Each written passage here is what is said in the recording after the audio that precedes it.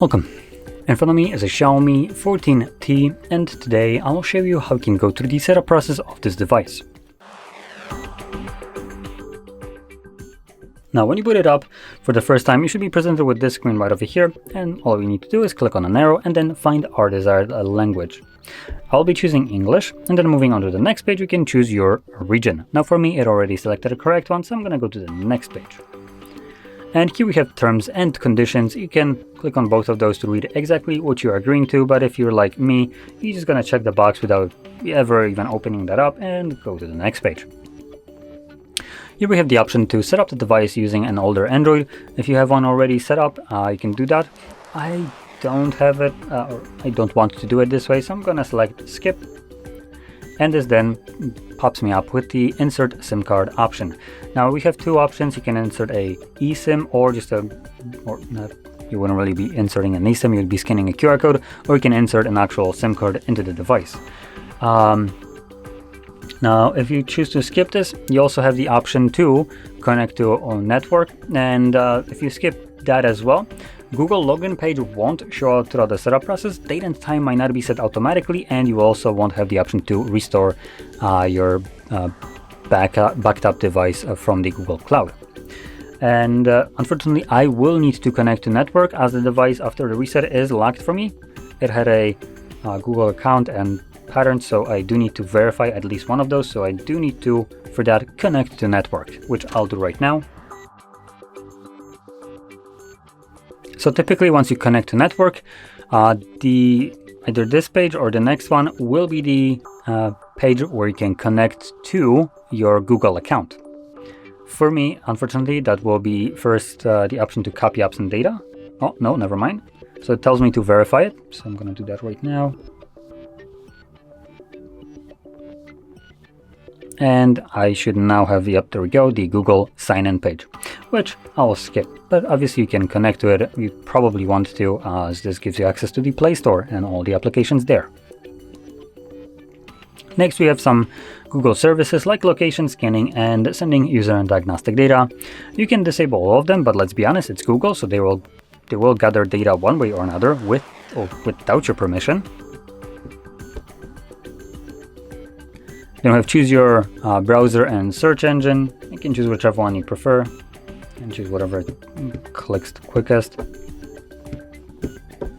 There we go. And next we have screen lock options. So we have fingerprint, face recognition, and pin pattern password.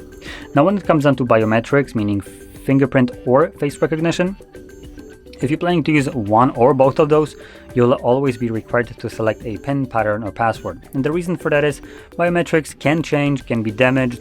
The sensors might not always recognize it correctly. So with that in mind, if something would happen to your biometrics, you would lose access to the device. Hence, why you have to select a PIN pattern or password, as that will not be affected by biometrics whatsoever. Or you can also just not protect your device at all, like I will be doing. Next, I have some review additional apps.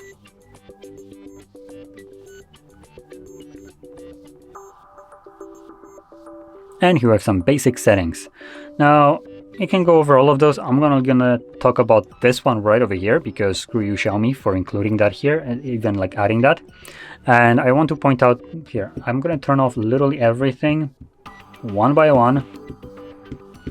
And you can see I can do that no problem, but hey, if you try to turn this dog shit off, it gives you a reverse psychology pop-up.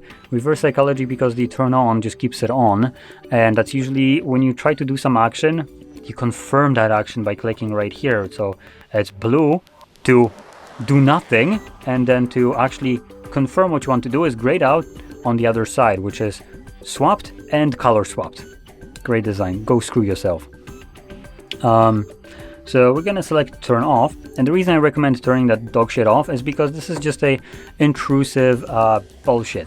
It's designed to gather data on you, see what you search for, what you talk about, and then give you ads based on whatever you are talking about.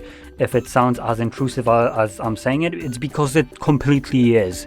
It's baffling that companies can do this shit and everyone is like, yeah, that's fine. So yeah, I will turn that garbage off. The only thing that you will have is just now random ads, hopefully.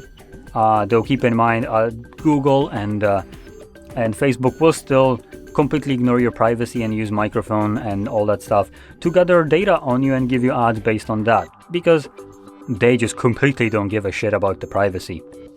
At least Xiaomi gives you the option to turn it off. So I guess thanks for at least that. Anyway, next we have turn on parental control.